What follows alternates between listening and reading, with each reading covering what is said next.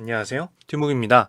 요즘 제가 개인적으로 하고 있는 엄밀히 말하면 창업 준비겠죠. 그쪽 일이 불이 붙고 있다라는 느낌 때문에 이제 좀 집중도를 올려서 최근 하고 있는데요. 그러다 보니까 이제 편집 영상이 올라가는 게 조금 줄어들 수 있지만 이 이슈 하이라이트는 잊지 않고 열심히 준비해서 이번 주에도 찾아왔습니다. 편집 영상도 조금 더 신경 써서 올려보도록 할게요. 라이브에서 나온 이야기들요. 그럼 2020년 5월 2주차 이슈 하이라이트 시작해 보도록 하겠습니다. 세 가지 이슈 갖고 왔고요. 첫 번째는 다시 화웨이가 다시 언급되고 있는데요. 이를 통해서 볼 수 있는 미국과 중국의 갈등 그리고 전 세계가 받을 영향 같은 이야기를 간단하게 추려서 가져와 봤고요. 두 번째로는 게임 산업에 대해서 그렇게 관심이 없더라도 요즘에 언택트 때문에 종종 언급되기 때문에 이 게임 산업에 관심을 가질 수 있는데 그동안 우리가 겪고 있었던 일과 최근에 그 일이 해소되면서 게임 산업이 다시금 각광 더 받나? 같은 이야기가 있어서 잘 모르시는 분들도 야 이런 이슈가 있구나. 그리고 금융시장에서는 이런 것도 요주의에서 봐야 되는 구나 라는 점을 알 수 있기 때문에 두 번째 이슈로 갖고 왔습니다. 그리고 마지막으로 코로나19와 관련된 이야기인데요. 그리고 아이가 있으신 분들은 특히 저거 무슨 소리지? 라고 관심을 가질 만한 이야기가 세계보건기구 입에서도 나왔기 때문에 꼭 다뤄야 될 것 같아서 시청자분들을 위해서도 다뤄야 될 것 같아서 세 번째 이슈 어린이 괴질 이야기 갖고 왔습니다. 그럼 본격적으로 출발해 볼게요. 첫 번째 이야기 다시 화웨이 미중 갈등인데요. 미국과 중국의 갈등 이야기는 몇 주 전부터 다시금 2020년을 장식하고 있습니다. 코로나19의 책임이 누구에게 있는가로 미국이 중국을 공격하고 중국은 이에 대해 부인하면서 강경하게 반응하자 결과적으로 과거 미국과 중국의 무역전쟁과 같은 양상이 보여지고 있는 것이죠. 왜냐하면 이전 무역전쟁을 매듭지으면서 이루어졌던 1차 무역 협상 내용을 제대로 따르고 있는지 마는지 따져야 할 시기이기 때문에 마침 코로나19 책임 문제가 터졌기 때문입니다. 미국 입장에선 협상 이거 계속 되나 싶을 것이고 중국은 이거 우리가 따를 필요가 있나 이렇게 자꾸 문제 제기가 되는데 싶겠죠. 어차피 둘 다 자꾸 뭐가 사이가 안 좋아지는데 말이에요. 협상을 해야 되나 싶은 거예요. 이런 미국과 중국의 갈등 그리고 세계에 미치는 영향을 표면적으로 가장 잘 보여주는 일이 2020년 5월 2주차에 있었습니다. 바로 화웨이 제재인데요.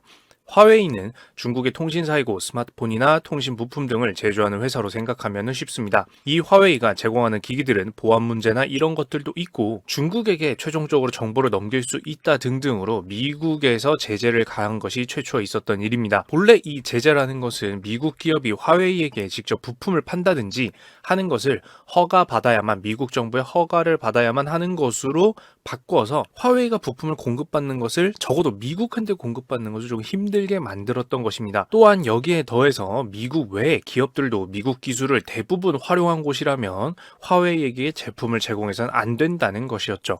이것만으로도 기존의 화웨이를 제재하던 것이 약한 제재 같지는 않은데 이번에는 미국이 거기에 한술 더 뜨는 것입니다. 간단히 얘기하면 미국 기업이 화웨이에게 부품을 제공할 수 없는 것뿐만 아니라 미국 기술을 활용하는 제3국 즉 미국 외의 모든 국가들도 미국 기술을 활용하여 부품을 제조하는 반도체 기업이라면 화웨이에게 부품을 제공할 수가 없다는 것입니다. 원래는 기존 제재였을 때는 미국의 기술 활용도가 25% 이하라면 자유롭게 화웨이에게 제품을 제공할 수가 있었는데요. 외국 기업들은. 근데 이제는 그 빈틈까지 꽉꽉 채워서 25% 미만이어도 미국 기술 활용도가 있으면 거기서는 화웨이에게 부품을 제공해서는 안 된다라고 제재를 하는 것입니다. 결과적으로 화웨이도 제조기업이고 무언가를 제조를 하려면 안에 들어가는 수많은 부품들 중에서도 핵심 부품은 반도체 관련 부품들이 필요하게 마련입니다. 그리고 가장 높은 수준의 반도체를 제공받으려면 결국 미국 기술을 사용하는 기업들에게서 공급을 받아야 되죠.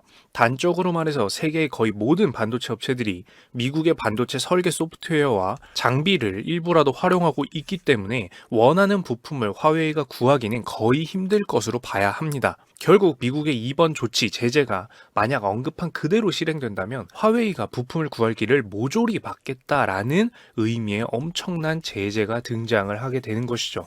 이게 잘 와닿지 않으신다면 우리나라의 유명 스마트폰 제조 업체가 부품을 구하는 곳을 미국이 모조리 막아버리겠다라고 이야기한 것과 같다고 상상을 해보시면 됩니다. 결국 이 이야기는 화웨이를 아예 세상에서 말려 죽이겠다라는 이야기가 돼버리는 것이죠. 부품을 못 쓰게 만들어서요. 그리고 이 제재가 어떻게 작동하는지를 가장 알기 쉽게 보여주는 것이 현재 중국의 화웨이와 대만의 TSMC라는 기업의 관계인데요. 이 TSMC는 회사는 세계 최대 반도체 파운드리 회사라고 해서, 파운드리 업체라는 게 무슨 뜻이냐면 반도체 제조 기술을 가져서 남들이 요청하는 원하는 반도체를 대신, 즉 위탁해서라는 말로 대신 만들어줄 수 있는 공장을 가진 회사입니다. 세계 1위의 회사고, 이 TSMC라는 것은 타이완 세미컨덕터 매니팩처링 컴퍼니예요. 그냥 말 그대로 대만의 반도체 만드는 회사다라는 이름이죠. 그런데 이 TSMC는 당연히 세계 최대 생산 회사인 만큼 미국 기술을 활용하고 있고, 미국이 이번 제재를 시작하게 되면 결과적으로 화웨이는 이 TSMC라는 대만 회사로부터 부품을 공급받을 수가 없게 되는 것이죠. 그렇다면 다른 국가의 다른 공장으로부터 공급되면 되는 것 아닌가라고 생각할 수가 있고, 예를 들어 한국의 삼성전자 같은 곳에서 공급받으면 되는 거 아닌가? 즉 다른 기업으로부터 공급받으면 되는 거 아니야? 조금 기술은 모자라도 가능한 거 아닌가? 그럼 삼성전자 같은 곳의 호재인가라고 할 수도 있겠지만, 당연히 삼성전자를 포함한 많은 기업들도 수준급의 기업인 만큼 이 미국의 추가 제재의 대상이 되는 정도로 미국 기술을 활용하고 있는 곳들입니다. 그렇기 때문에 미국이 이 제재를 확정짓고 가하게 될 시에는 삼성전자도 마찬가지로 이 화웨이에게 공급할 수가 없게 되는 경우가 생기는 거죠. 따라서 한국의 많은 반도체 기업들도 역시 함께 전전긍긍해야 된다는 겁니다. 왜? 그만큼 화웨이에게 원래 팔던 매출이 떨어지게 될 거니까요. 그렇겠죠. 그리고 기업 간의 정치적으로도 중국에서도 지금 한국의 기업은 우리랑 손잡아야 되는 거 아니냐라는 이야기를 당연히 하고, 미국에서는 우리말 따라야 되는 거 아니냐, 그 사이에 끼어서 새우등이 터질 수가 있기 때문에 굉장히 오히려 골치 아파진 상태라고 볼 수가 있습니다.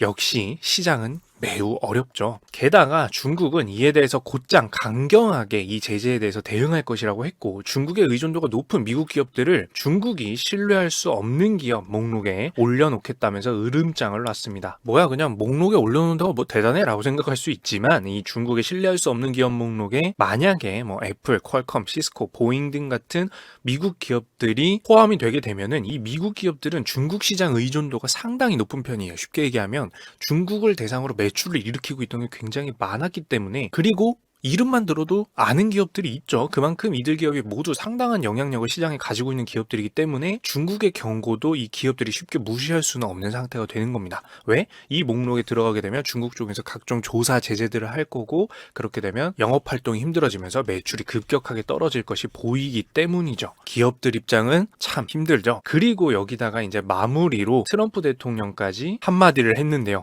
당분간 시진핑 주석과 대화하고 싶지 않다라고 표현을 했었고, 사실은 이것보다 이전에도 미국의 어떤 연금이나 이런 것들은 투자할 때 중국 주식에는 투자하면 안 되는 거 아니야? 야, 저 다 빼! 막 이렇게 대통령이 언급을 하기도 했습니다. 그러다 보니까 이 중국과 미국의 갈등은 다시금 수면 위로 부상하는 모습을 보였다고 할 수가 있겠죠. 아무래도 한국은 반도체 수출이 차지하는 비중이 상당히 높았던 곳이고, 이를 넘어서 미국과 중국의 갈등은 여러모로 금융시장에 영향을 미치기 때문에 가져와 봤는데요. 잊혀질만 하면 미국과 중국 두 고래가 싸워서 저에게는 참 아쉽지만 컨텐츠를 시장에는 불안감을 야기하게 되는 것 같습니다. 안심을 하려 해도 이런 이슈가 계속 빵빵 터지고 함께하고 있으니 앞으로의 시장을 너무나도 예측하기 힘들게 만들고 있다는 거죠. 자, 다음 두 번째 이야기입니다. 중국의 날개 떠오르는 게임인데요.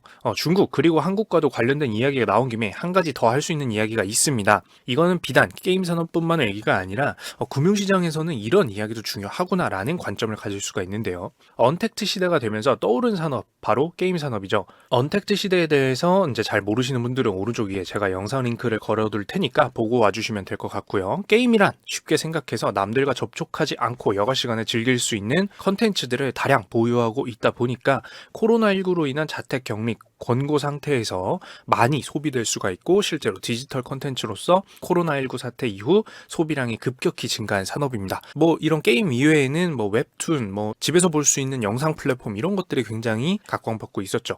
다만 한국 같은 경우에는 중국과 껄끄러운 문제가 있었는데요. 중국 시장도 당연히 게임을 소비해준다면 엄청난 매출을 보장을 해줄 수 있는 게임 산업으로서도 참 좋아하는 시장이겠죠. 그러나 중국으로의 한국 게임 수출길은 약 3년 3개월 정도 막혀 있는 상태였습니다. 게임 산업에 대해서 지속적으로 관심을 가지지 않았다면 당연히 모를 수밖에 없는데요. 중국의 경우 중국 내에서 게임을 서비스하려면 판호라는 것이 반드시 필요하게 됩니다. 중국 입장에서의 해외 게임사에는 외자 판호라는 것을 주게 되는데 이것이 없으면 게임을 중국 내에 서비스할 수 없는 것이죠. 이 외자 판호는 미국, 영국, 일본 등에는 지속적으로 발급이 되어서 왔는데 유독 한국에만 발급되지 않고 있었습니다. 3년 3개월 동안 말이죠. 왜냐하면 그 이유로 꼽는 것은 바로 2017년 3월의 사드 갈등이었는데요. 여기서 사드는 고고도 미사일 방어 체계를 일컫는 것으로 한국에 이것을 배치하게 되면 중국 쪽 미사일이나 여러 가지 상황들을 견제하게 되는 것이므로 중국 입장에서 심기가 불편했다는 것이 문화산업에도 제재를 가하는 형태로 영향을 미친 거고 당연히 그 문화산업 안에 게임 산업이 있기 때문에 악영향을 받을 수밖에 없었습니다. 여러분들이 아마 이 이야기가 최초로 나왔던 당시에 우리나라 연예인들이 중국 쪽 어떤 콘서트나 이런 것들이 취소되고 이런 이야기들을 많이 들으셨을 텐데 게임 산업 같은 경우에는 그 악영향이 여전히 그대로 건재한 상태라서 많이 곤혹을 치르고 있었다라고 보면 되는 거예요. 그런데 지금 이 이야기를 가져온 이유는 최근 시진핑 주석의 한국 방문이라는 이슈 때문인데요. 즉 시진핑 주석 중국 최고 지도자의 방한을 기점으로 해서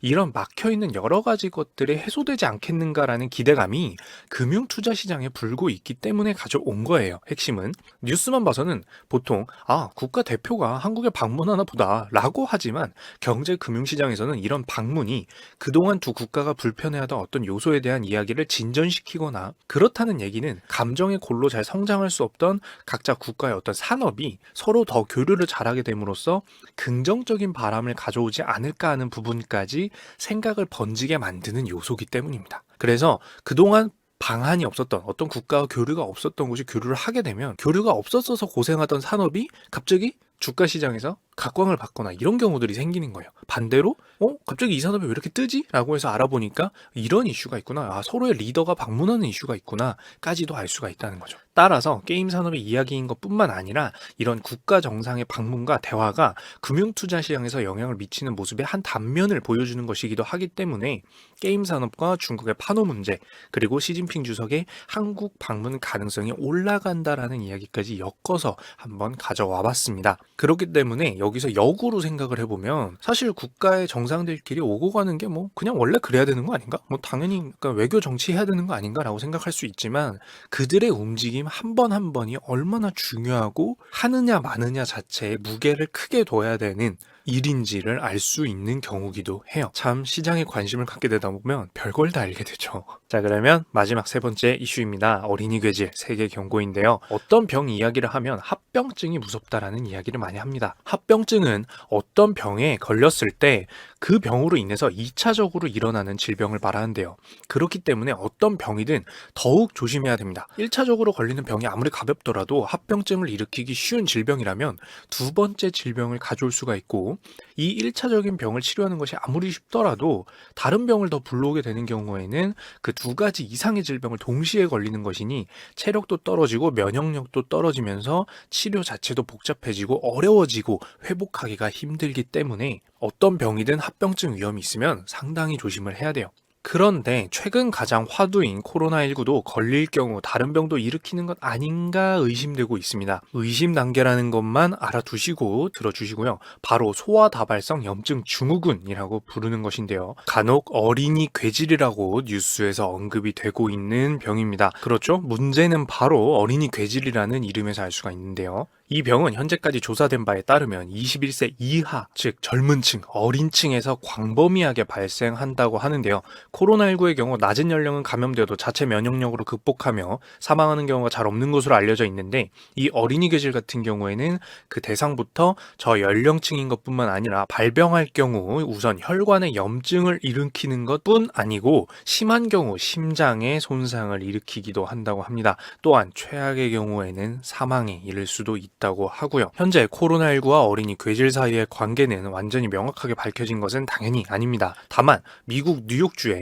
어린이 괴질 환자의 60% 정도가 코로나19의 양성 반응을 보여서 합병증으로서 코로나19의 합병증으로 어린이 괴질이 주목을 받고 있는 상태고요. 5월 2주차까지는 유럽 질병예방통제센터 ECDC에 따르면 총 230여 건의 괴질 의심 사례가 발생했다고 하고 미국 뉴욕은 뉴욕주 내에서 100여 명의 환자를 조사 중이라고 합니다. 이 외에도 미국 전체 50개 주에서 15개 주에서 이 어린이 괴질과 비슷한 사례가 보고되고 있다고 하는데요.